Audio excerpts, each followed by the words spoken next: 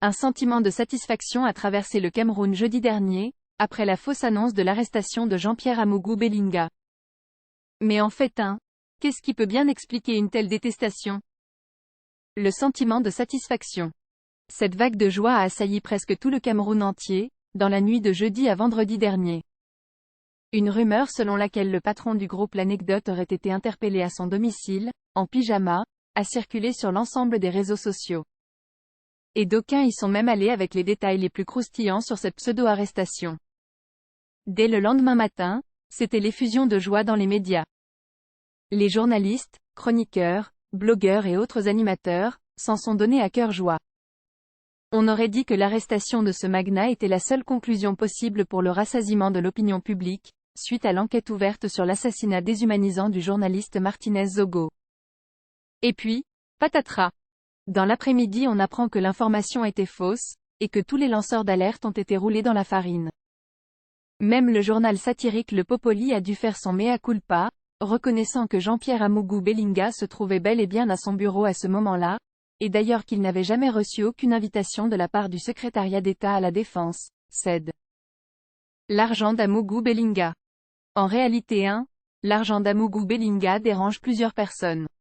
D'abord parce que ce sont des sommes colossales, et ensuite parce qu'on veut à tout prix y établir une traçabilité. Amougou Bellinga est devenu en quelques années, l'un des hommes les plus fortunés du Cameroun. Il a réussi à monter un empire médiatique qui s'étend jusqu'à l'autre rive de la Méditerranée, avec l'acquisition de la chaîne 3 à Télésud. De plus, ce patron de presse possède plusieurs entreprises réputées, parmi lesquelles Vision Finance ou encore l'Institut ISAM. Son patrimoine immense résonne à travers le resplendissant immeuble Ekang qu'il vient d'implanter en plein cœur de Yaoundé, mais aussi par les salaires mirobolants qu'il octroie à la majorité de ses centaines d'employés. Jean-Pierre Amougou Bellinga est aussi caractérisé par sa générosité débordante, lui qui a par exemple offert 50 millions de francs CFA à Monseigneur Cléda en 2020, pour contribuer à sa lutte contre la pandémie du Covid-19 à travers la médecine traditionnelle. Sa puissance. Ce qui gêne aussi la majorité des Camerounais, c'est la puissance de ce monsieur. Déjà qu'il est un patriarche traditionnel de haut rang, et pour cela il a glané le grade de Zomloa des Zomloa. Jean-Pierre Amougou Bellinga est non seulement riche, mais il bénéficie aussi de la bénédiction spirituelle de toute sa communauté. De plus, ce milliardaire est marié à une magistrate de haut rang. Il est l'ami personnel de plusieurs ministres. Il est régulièrement aperçu avec les plus hautes personnalités de notre République. Il remporte la plupart de ses batailles juridiques, on se souvient de ses démêlés avec les impôts, y compris contre des personnes qui se font passer pour des gens issus de la famille présidentielle.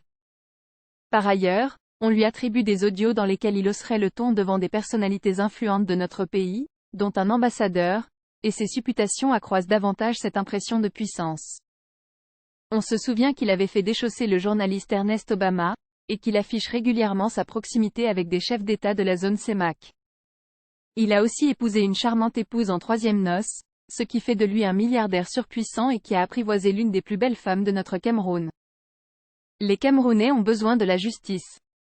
In fine, les Camerounais ont besoin de justice. Après l'annonce de la mort insoutenable de Martinez Zogo, ils s'étaient déjà désigné leur coupable idéal indépendamment de l'enquête en cours, et cette pseudo-arrestation était pour eux la seule issue satisfaisante de l'enquête commanditée par le chef de l'État. Les Camerounais ne détestent pas foncièrement Amougou Bellinga, mais ils ont envie de voir tomber un gros poisson. Car dans un pays où le sentiment de tirer le diable par la queue, avec la vie qui devient de plus en plus chère tous les jours, a gagné toutes les couches sociales, ils veulent qu'un milliardaire soit immédiatement arrêté puis incarcéré derrière les barreaux.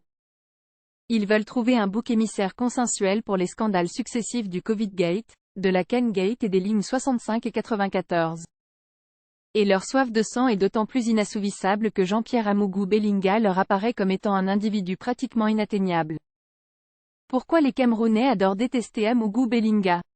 Donc un sentiment d'allégresse traverse le Cameroun ce lundi matin, après l'annonce de la vraie interpellation cette fois-ci de Jean.